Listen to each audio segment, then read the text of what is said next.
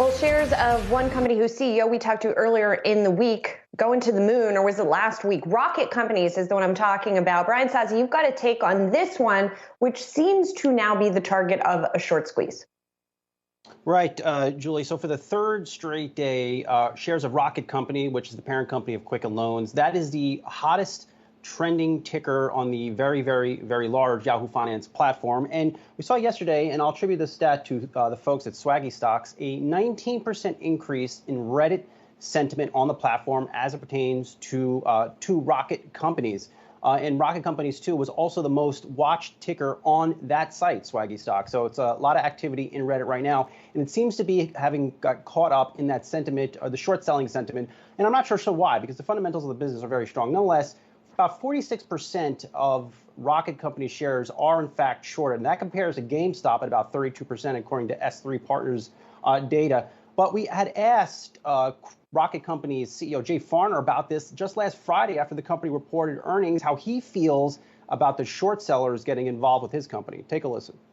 And so that lifetime value of the client that we're winning each and every day, we get to spread over all of those revenue generators, not just one. And so I think the shorts are starting to understand that, and I assume over time we'll see fewer and fewer people shorting the stock, but we're just going to keep doing what we do, which is focus on our platform, focus on our business, focus on great client experience, and I believe the rest will kind of take care of itself.